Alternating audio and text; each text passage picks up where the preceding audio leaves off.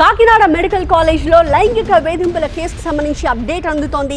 4 ఉద్యోగుల్ని అధికారులు సస్పెండ్ చేశారు. ప్రస్తుతం జిమ్మిరాజు, గోపాలకృష్ణ, ప్రసాద్ పోలీసుల అదుపులో ఉన్నారు. మరొక ల్యాబ్ అటెండెంట్ కళ్యాణ్ చక్రవర్తి ప్రస్తుతం పరారీలో ఉన్నాడు. అతని కోసం పోలీసులు ప్రస్తుతం గాలిస్తూ ఉన్నారు.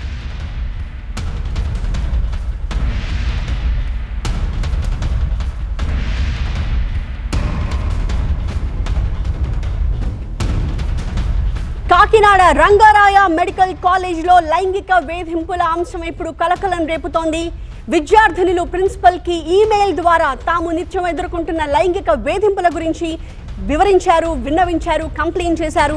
ఈ నేపథ్యంలో ఈ అంశం పోలీసుల దృష్టికి వచ్చింది. 4 ఉద్యోగుల్ని ఇప్పటికే అధికారులు సస్పెండ్ చేశారు.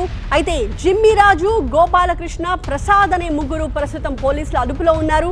అలాగే ల్యాబ్ అటెండెంట్ కళ్యాణ్ చక్రవర్తిది కూడా చాలా కీలకమైన పాత్ర. అతని కోసం ప్రస్తుతం గాలిస్తున్నారు, ఎందుకంటే అతను ప్రస్తుతం పరారీలో ఉన్నాడు.